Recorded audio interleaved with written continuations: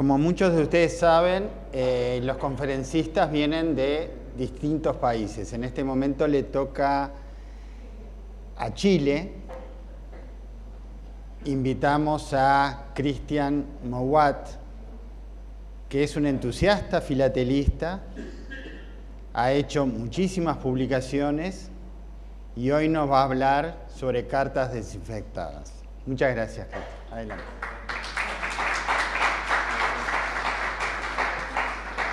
Gracias a todos por participar de este espacio de divulgación filatélica. Los agradecimientos ya se los han dado, así que voy a pasar directamente al tema, ya que tenemos poco tiempo. La charla se llama Cartas desinfectadas por calor, una marca postal con fines sanitarios. La intención de las autoridades era, por un lado, registrar que esas cartas habían sido desinfectadas y tratar de transmitir algún tipo de tranquilidad a la población que en realidad estaba aterrada con este tema.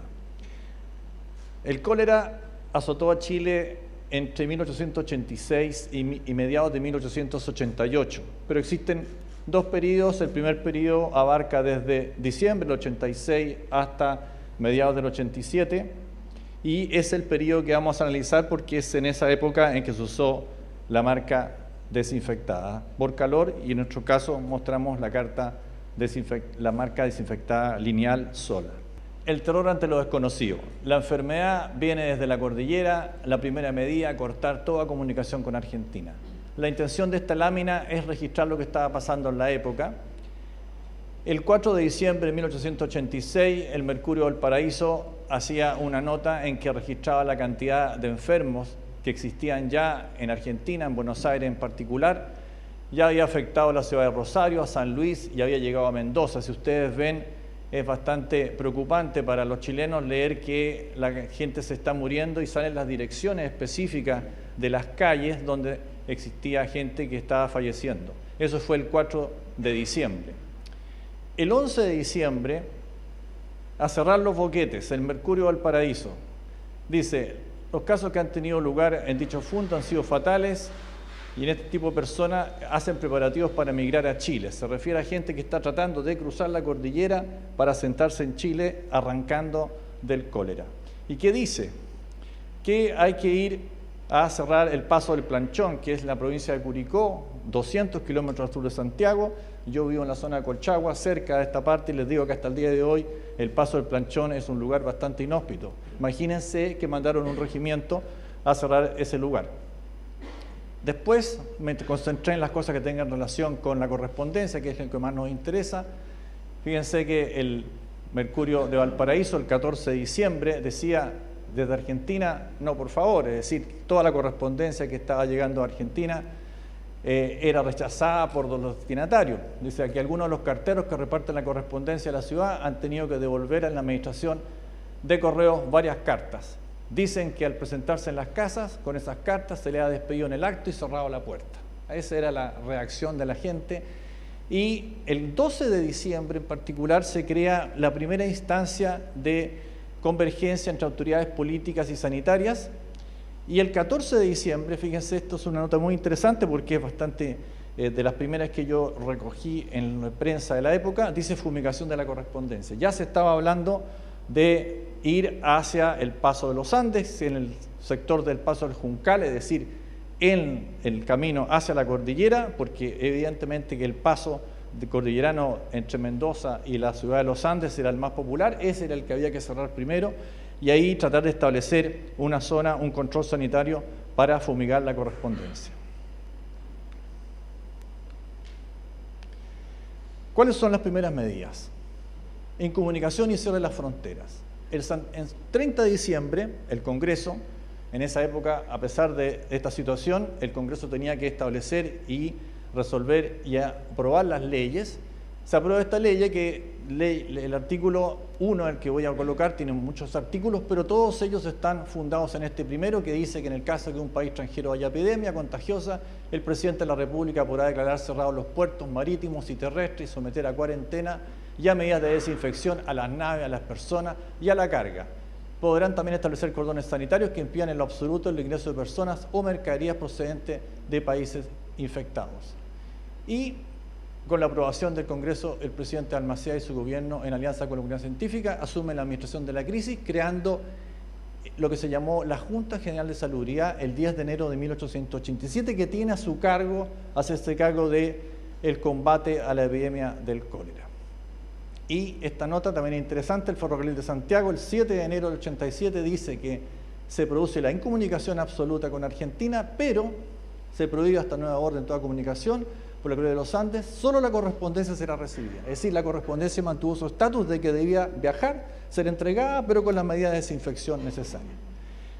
Una aclaración respecto al contexto y qué es lo que significó el cólera. La población de Chile era pequeña, 2,5 millones de habitantes, un poco más.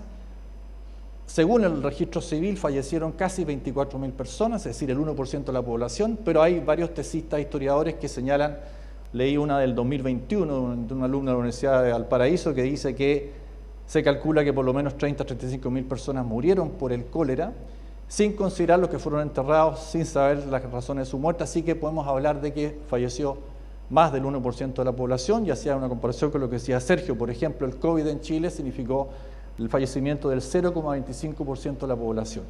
Aparte de eso, la mitad de la gente que se enfermaba de cólera fallecía, es decir, era una epidemia devastadora. ¿Y quién tuvo que enfrentarla? El gobierno de José Manuel Balmaceda. Había asumido recién en septiembre de 1886, asumían el 18 de septiembre en esa época, y a los 3 meses le toca esta situación. Provocó una pugna de carácter político muy interesante, porque muchos sectores se opusieron a que se dictaminaran medidas que significaban que el Estado tenía la injerencia para definir, por un lado, incomunicación de las personas, la necesidad de que fueran a tratar de enfrentar su enfermedad en un lazareto, es decir, por un lado, confinados a un lugar cerrado, y la familia sin la posibilidad de que los cuidara. Es decir, esta polémica que nosotros hablábamos del COVID-19, de que significó una polémica en función de hasta qué punto el Estado puede tener injerencia en las situaciones que las personas quieren definir cómo enfrentar una enfermedad, bueno, hace 150 años también era parte de la polémica. ¿Cómo se desinfectaban las cartas? Hay un libro que sacó el doctor Pocahontas, que era parte de este Comité de Salubridad, a fines de 1886, y él establecía una serie de fórmulas con las cuales se podía desinfectar. Pero encontré un documento muy interesante, que es del fumigador, se llamaba Washington Lastarria. Washington Lastarria estaba a cargo de, concretamente, el cordón sanitario en Buin.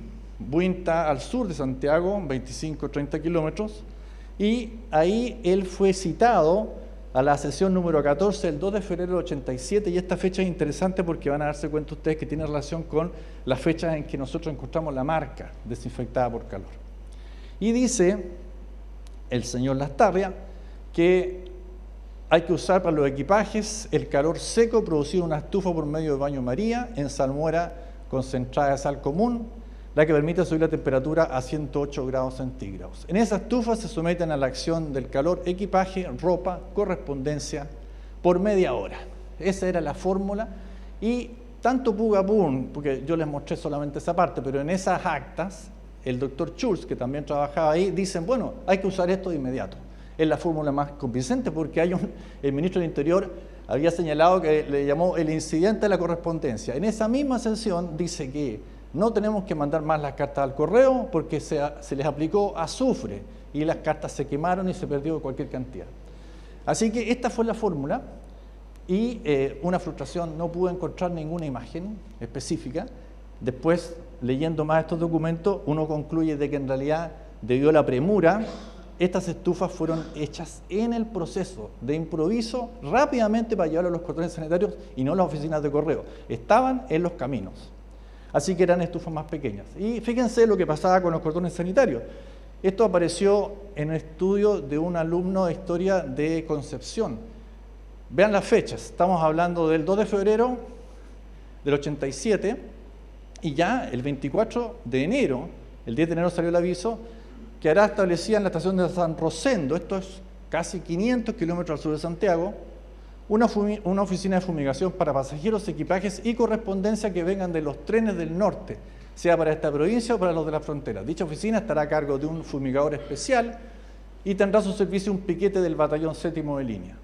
Es decir, entre fines de 1886 hasta enero de 87, prácticamente el cólera estaba abarcando 600 kilómetros entre el norte y el sur de Chile. Y el 17 de enero, en la memoria de la Comisión Directiva del Servicio Sanitario del Cólera, fíjense que dice que para ir de Quillota a Valparaíso era necesario cruzar 3 cordones, con sus respectivas paradas y fumigación. Esto que coloco acá es de referencia. Yo estoy seguro que estas fotos, o sea, no seguro, puedo decir que fueron tomadas en 1897, es decir, 10 años después del cólera, y fueron traídas a Chile con posterioridad al cólera.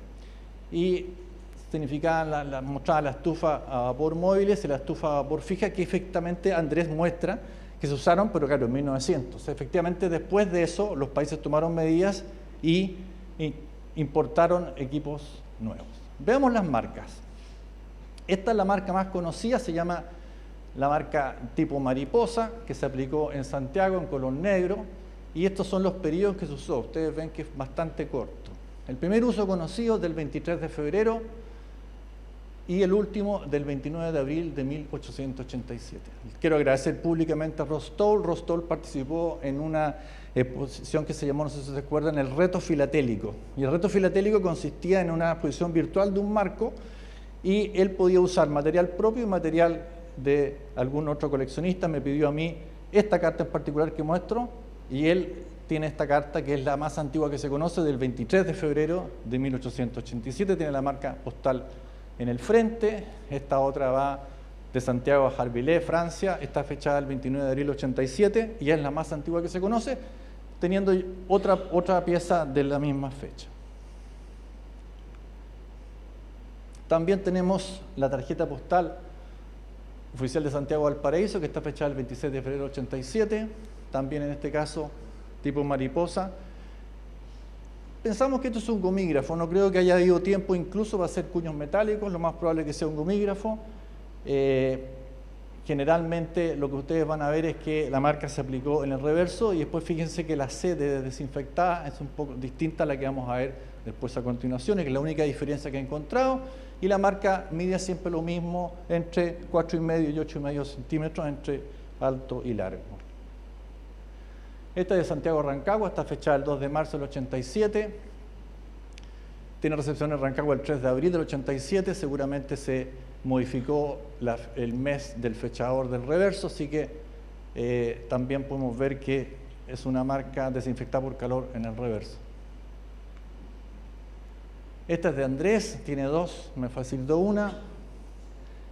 Es de Santiago Valparaíso, está fechada el 14 de marzo del 87 y recepción al día siguiente. Si ustedes se fijan, casi todas estas cartas de la tipo mariposa salieron de Santiago, y hay que señalar que en general es la que más se conoce. No tenemos un catastro. Yo en realidad entre colecciones conocidas tengo las dos de Andrés, dos de Rodrigo Bravo, de Ignacio Unzueta, no sumo 30 en total, no más que eso. Así que vamos a suponer que en realidad efectivamente es bastante escasa. Esta tiene una cosa interesante porque ratifica el uso en Santiago, porque es la única que yo he visto que pasa por Santiago. Va de Petorca, que está 200 kilómetros al norte de Santiago, a Rancagua, 80 kilómetros al sur de Santiago. Así que ustedes ven, en la salida de Petorca no tiene una fecha clara, está así muy evidente que es abril, pero el 16 de abril uno puede ver aquí la marca evidente aplicada en Santiago, y al día siguiente, el 16 de abril del 87, llegó a Rancagua, y por supuesto la marca no reclamada manuscrita no es casual, nadie quería hacerse cargo de esas cartas. Tenemos una ya posterior del 20 de abril del 87, una recepción en Valdivia, el 27, había salido el 20 también la marca desinfectada en el reverso.